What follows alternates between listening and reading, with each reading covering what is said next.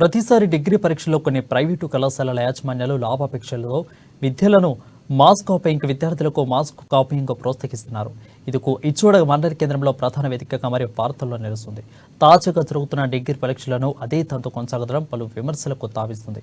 ముఖ్యంగా విద్యాశాఖ అధికారుల పర్యవేక్షణ లేకపోవడమే అదికి ప్రధాన కారణమని తెలుస్తుంది.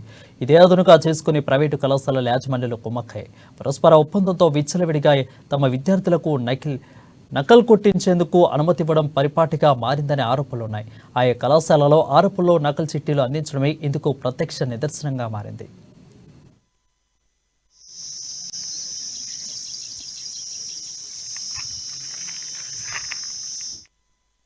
ఇక కాకతీయ విశ్వవిద్యాలయం పరిధిలో ఈ నెల 6న డిగ్రీ పరీక్షలు ప్రారంభమయ్యాయి.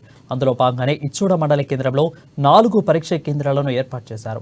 కాకతీయ కళాశాలలో ప్రభుత్వ డిగ్రీ కళాశాలకు చెందిన మొత్తం విద్యార్థులు పరీక్షలు రాస్తుండగా మిగిలిన 3 వివేకానంద, ఛత్రపతి సాయి సదము కళాశాలలో ప్రైవేటు విద్యార్థులే ఉన్నారు. ఇదే ఇక్కడ వీరికి పరంగా మారింది. కళాశాలల యాజమాన్యాలు కుమ్మకై మాస్ కాపీయింగ్కు ప్రోత్సహిస్తున్నాయని తెలుస్తుంది. ఒక్క వివేకానందలోనే తప్పితే మిగిలిన 3 సెంటర్లలో విచ్చలవిడిగా యథేచ్ఛగా మాస్ కాపీయింగ్ జరుగుతుంది. అందుకు కళాశాలల 6 బయట పడేసి ఉన్న నకల్ చిట్టీలే సాక్ష్యభూతంగా నిలుస్తున్నాయి. కష్టపడి చదివి పరీక్షలు రాయాల్సిన విద్యార్థులు పక్కదారి పడుతున్నారు. ఇందుకు కొన్ని ప్రైవేటు కళాశాలల యాజమాన్యులే తీరే నిదర్శనంగా నిలుస్తుంది. ఇక ప్రవేశాల కోసం ఆయా గ్రామాల్లో తిరుగుతూ కళాశాలలకు రాకపోయినా పాస్ చేయిస్తాం, స్కాలర్షిప్లు, ఫీజు రియంబర్స్మెంట్లు తదితర అంశాలను విద్యార్థులకు వివరించి తమ కళాశాలలో చేర్చుకుంటున్నారు. తీరా వారిని పరీక్షలో మాస్ కాపీయింగ్కు ప్రోత్సహిస్తూ వారి జీవితాలతో ఆటాడుకుంటున్నారు.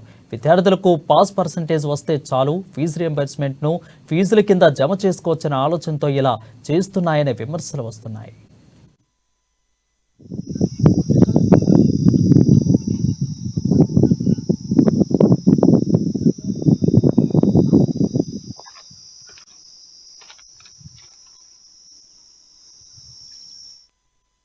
వాస్తవానికి జంబ్లింగ్ పద్ధతిలో ఒక్క కళాశాలలోని విద్యార్థులను మరొక కళాశాలకు కాకుండా పలు కాలేజీలకు విభజించి పరీక్షా కేంద్రాలకు పంపాలి. కానీ ఇక్కడ ఇందుకు భిన్నంగా అమలు చేస్తున్నారు. ఇక కళాశాల విద్యార్థులను మరొక కళాశాలకు మూకుమ్మడిగా పంపుతున్నారు.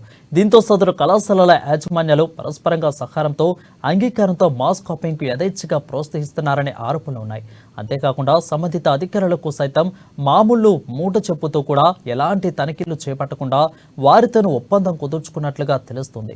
అందుకే కళాశాలలో అబ్జర్వర్లు అందుబాటులో లేరని, పోలీసులు సైతం బందోబస్తులో ఎక్కడా కానరావడం లేదని విమర్శలుస్తున్నాయి. ఇక గతేడాది సైతం ఇదే విధంగా మాస్ కాపీయింగ్కు పాల్పడిన 63 మంది విద్యార్థులు డీపారయ్యారు. అయినప్పటికీ పరిస్థితుల్లో ఎలాంటి మార్పు రాకపోవడం గమనార్హంగా మారింది.